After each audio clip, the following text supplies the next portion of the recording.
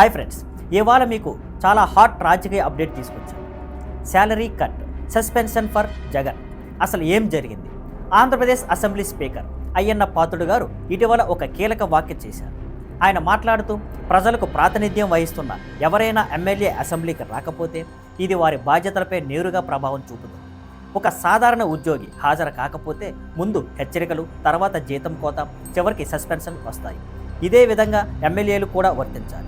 ఈ మాటలతో పులివెందుల ఎమ్మెల్యే మరియు మాజీ సీఎం వైఎస్ జగన్మోహన్ రెడ్డి గారు అసెంబ్లీ సమావేశాలకు తరచుగా హాజరు కావడం లేదన్న వార్త మళ్లీ చర్చల్లో హైలైట్ అయింది. జగన్ గారు గత కొన్ని అసెంబ్లీ సమావేశాలకు హాజరు కాలేదు. ఇది రికార్డుల్లో కూడా కనిపించింది. స్పీకర్ డైరెక్ట్గా పేరు చెప్పకపోయినా ఈ కామెంట్స్ స్పష్టంగా ఆ దిశలోనే ఉన్నాయి అని రాజకీయ వర్గాలు చెబుతున్నాయి. జీతం కోత లేదా సస్పెన్షన్ వంటి సూచనలు చేయడం చాలా అరుదు. ఇది ఒక స్ట్రాంగ్ మెసేజ్. అసెంబ్లీకి రాకపోవడం సహించబడనిది. ఎందుకు ఇది పెద్ద చర్చ?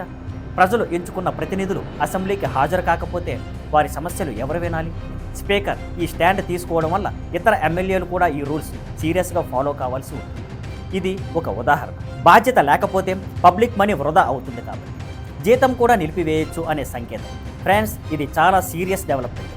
ఒక ఎమ్మెల్యే జీతం కోత లేదా సస్పెన్షన్ గురించి మాట్లాడటం అంటే ప్రభుత్వం మరియు అసెంబ్లీ సభ్యులు డిసిప్లిన్ మీద కఠినంగా ఆలోచిస్తున్నారని అర్థం. మరి మీరేమంటారు? ఎమ్మెల్యేలు అసెంబ్లీకి హాజరు కాకపోతే జీతం కోత సరైనదేనా? కామెంట్స్లో మీ అభిప్రాయాన్ని చెప్పండి. See you on Skyfline Networks. Thank you for watching. Please like, share and subscribe.